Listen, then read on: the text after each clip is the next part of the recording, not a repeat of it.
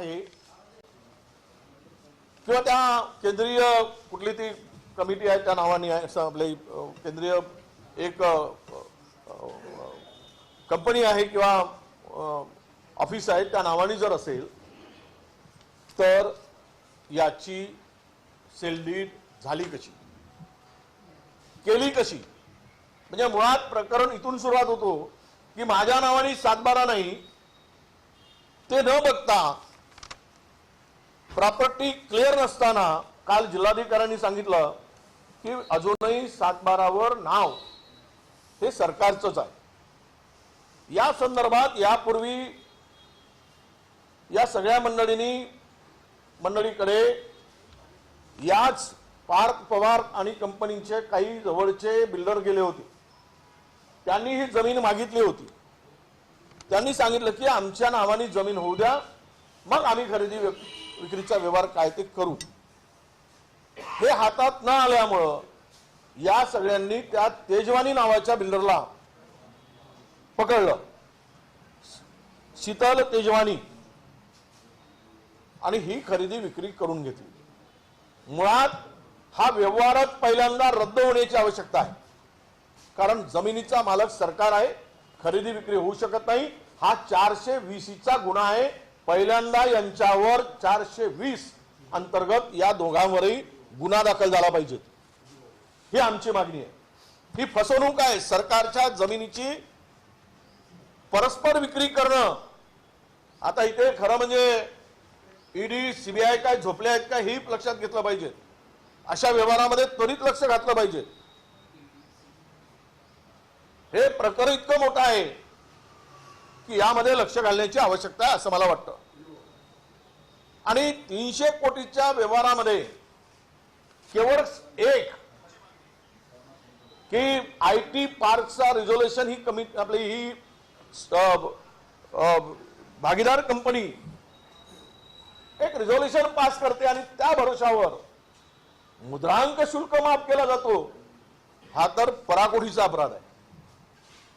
म्हणजे 500 रुपयाच्या स्टॅम्प पेपरवर हे जे लोकांनी 24 तासात परवानगी दिली, तर म्हणजे आयटी पार्कसाठी रीतसर त्या जमिनीवर रिझर्वेशन पाहिजे, त्या अमुक कारणासाठी ते लावून घ्यायला पाहिजेत. ते केले गेले नाही. फक्त खरेदी व्यवहार झाला आणि एकाने आम्ही आयटी पार्क टाकतो म्हणून एक ठराव पास केला कंपनीनं आणि त्या भरोशावर त्याला एवढ्या मोठ्या 21 कोटीचा एक्झम्पशन दिला जातो, माफी दिली जाते. म्हणजेच यामध्ये किती मोठा गैरव्यवहार सरकारच्या माध्यमातून होतो आहे मी मुद्दाम सांगेल. आणि त्यासाठी त्याला जी काही परमिशन 24 तासात दिली ते उद्योग संचालनालय हे सुद्धा गुन्हेगार आहेत. त्यांच्यावर सुद्धा कारवाई होणे अपेक्षित आहे. अपेक्षित नाही, कारवाई झालीच पाहिजे. तुम्ही कुठलीही कमिटी जर आपली कुठलीही कंपनी जर ठराव पास केल्याबरोबर त्याला जर तुम्ही मुद्रांक शुल्काची माफी देत असाल तर हे कुठल्याही नियमाला धरून नाही, कुठली फाईल नाही. मी काल सांगितलं राफेलच्या स्पीडनी ही फाईल फिरली.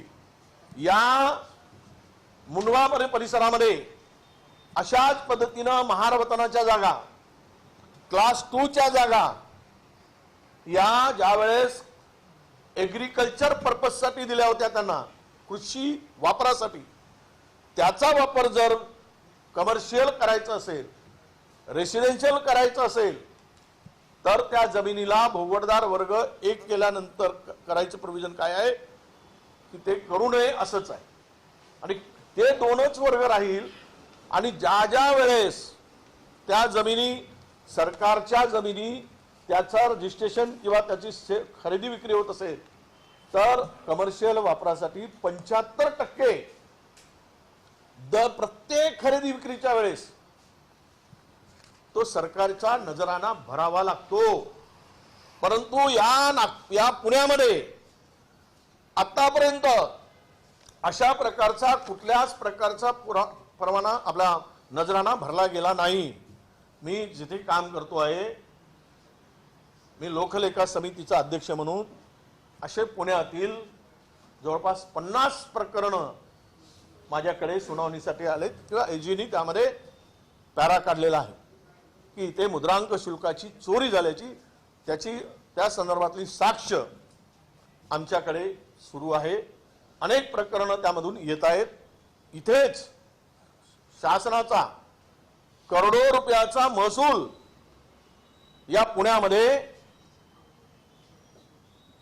बुडालेला आहे, लूट केली आहे, चोरी केली आहे, हे आता स्पष्ट झालेलं आहे। या प्रकरणामध्ये 100% हे कंपनीचे लोक, हा तेजवानी मालक नसताना आज एवढ्या मोठ्या प्रॉपर्टीची ज्याचं व्हॅल्युएशन मार्केटमध्ये 1800 कोटीच्या जवळपास आहे, आत्ताचे दर पाहिले तर मार्केट दराप्रमाणे 1800 कोटी रुपयाची मालमत्ता, मालकाचा पत्ता नाही, सरकारी जमीन खरेदी विक्री करून घशात घालण्याचा प्रयत्न सत्तेमधील बसलेल्या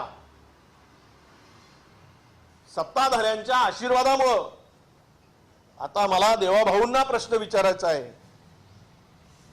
की तुम्ही सत्ता टिकवण्यासाठी ते दुर्लक्ष करणार, सत्तेतल्या भागीदारांना वाचवण्यासाठी दुर्लक्ष करणार आहात का, की यावर कारवाई करणार आहात? हा प्रश्न मी मुख्यमंत्र्यांना विचारतोय। अशा पद्धतीनं पुण्यामध्ये जर यावर एक स्पेशल इन्व्हेस्टिगेशन टीम तयार केली ते मग SIT ने फार काही साध्य होईल असं मला वाटत नाही। आणि या संपूर्ण प्रकरणाची पुण्यातल्या जमिनीची माहिती घेतली तर किमान 1 लाख कोटी रुपयाचा या जमिनीचा घोटाळा समोर आल्याशिवाय राहणार नाही। 1 लाख कोटी रुपयाचा एवढं मोठं प्रकरण, एवढे मोठे प्रकरण पुण्यामध्ये केले गेले आहेत, घोटाळे केले गेले आहेत। आणि सांगतात पार्थ पवार मी घोटाळाच केला नाही। अरे घोटाळा केलाय बाबा, तुमच्या नावानी ही जमीनच नाही, सरकारी जमीन ज्यांनी विक्री करून दिली त्याच्या नावाने टायटलच क्लिअर नाही। त्यामुळं कुठला नियम लागू आहे सरकारी जमीन खरेदी करायचा? एखाद्याने पॉवर ऑफ अटर्नी केली आणि त्याच्याकडून जमिनी खरेदी केली, कारण मूळ मालक आता या हक्कापासून वंचित आहे। ही जमीन तेथील महार वतनाच्या मालकीच्या वारसदारांच्या नावाने करून देण्याची आवश्यकता आहे। त्यांची मागणी आहे, त्याच्या संदर्भात फेरफार झाले आहेत पण टायटल क्लिअर झाले नाही, फेरफारचे आदेश झाले। 2020 ला जिल्हाधिकाऱ्यांनी हे ढालेच्या नावाने, राजू ढालेच्या नावाने 2020 पर्यंत फेरफार सुरू झाला, फेरफारचे ऑर्डर झाले पण टायटल क्लिअर झालं नाही। जे मूळ मालक जे आहेत ते 300 पूर्ण वारसाने आलेले यांच्या नावाने ती जमीन केली गेली पाहिजे। हे मूळ मालक आहे, कारण लँड एक्विजिशन मध्ये नियमबाह्य पद्धतीने महारवतनाच्या जमिनी केल्या गेल्या आहेत आणि त्या जमिनीचा वापर कुठलेच केले गेलेला नाही। अजूनही 50 वर्षापासून ती जमीन तशीच आहे। या सगळ्या घोटाळेबाजावर त्वरित गुन्हे दाखल झाले पाहिजेत। फेरफारचा आदेश आपला सेल्लीट जी झाली, विक्री खत झालं, जे साठेखत म्हणतात तिकडे पुण्यात, ते रद्द झालं पाहिजे आणि मूळ मालकांना ती जमीन, महार वतनाची जमीन, त्या मूळ महार वतन जे काही आपले समाज आहे त्या लोकांच्या नावाने ती जमीन केली गेली पाहिजे आणि तातडीनं करावी अशी आमची मागणी आहे। आता आम्ही एक 2-3 दिवसामध्ये मी पुण्यात जाणार आहे आणि पुण्यामध्ये सर्व जमिनीची माहिती मी घेऊन मग आम्ही आमचा निर्णय घेऊ। आमच्याकडे जी माहिती आली आहे आत्ताच त्यातील वारसाची या संदर्भात काही लोक मला भेटलेले आहेत, मी त्यांनाही पुढे आणणार आहे पण आज नाही आणत। मला यातले काल काही लोक तिकडे पोहोचले होते। ही हेराफेरी जी झाली, बनवाबनवी झाली, हा काही चुकीचा आणि बोगसपणा झाला, हा स्कॅम मोठा आहे। ज्याचा शीतल तेजवानीचा संबंधच नाही, फक्त पावरचा संबंध आहे, आणि ती जागा मुळात टायटल क्लिअर नाही, सरकारी जागा आहे, आणि टॅक्स चोरी करताय, स्टॅम्प ड्युटी चोरी करताय. हा 300 कोटीचा व्यवहार कोणाच्या नावाने झाला? ट्रान्सफर पैसे 300 कोटी व्हाईटचे ट्रान्सफर झाले का, की कागदावरच आहेत? हे अनेक प्रश्न त्या ठिकाणी येणार आहेत. त्याची सगळी माहिती आम्ही घेतो आहोत आणि मग पुन्हा पुण्यामध्ये गेल्यानंतर त्यावर सविस्तर आम्ही बोलणार आहोत.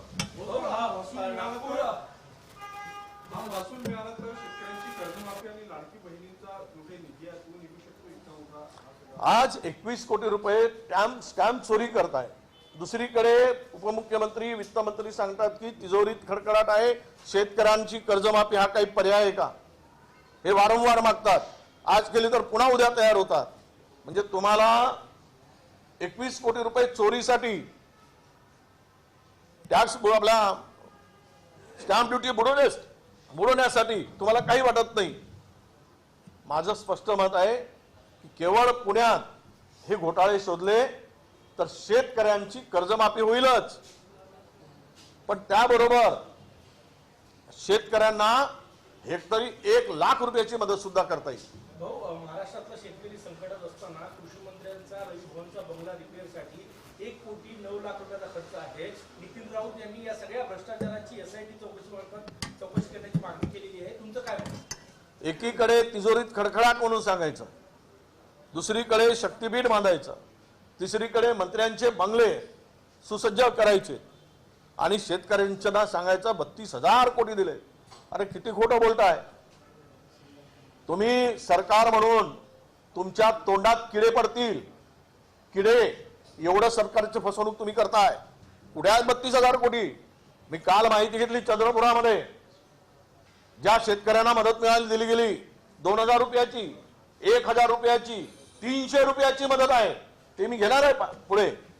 आज हा विषय मला इथे काढायचा नाही, उद्याला मी तो विषय आणणार आहे. आणि तुम्ही मनरेगाचे पैसे त्याच्यात धरले 32,000 कोटीमध्ये, जवळपास 12,000 कोटी मनरेगाचे, केंद्राचे पैसे दीर्घकालीन.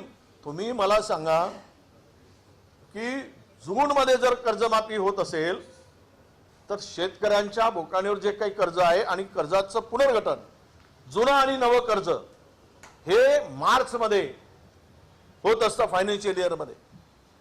त्या संदर्भात सरकारची भूमिका काय आहे? हे कर्ज नव्यानं त्या शेतकऱ्यांना मिळणार नाही आणि नव्यानं घेतलेलं कर्ज ते सुद्धा माफ होणार आहे का? हे सगळी जे काही फसवणूक आहे शेतकऱ्यांची, हे आता उघड झालेली आहे. त्यामुळे मंत्र्यांचे बंगले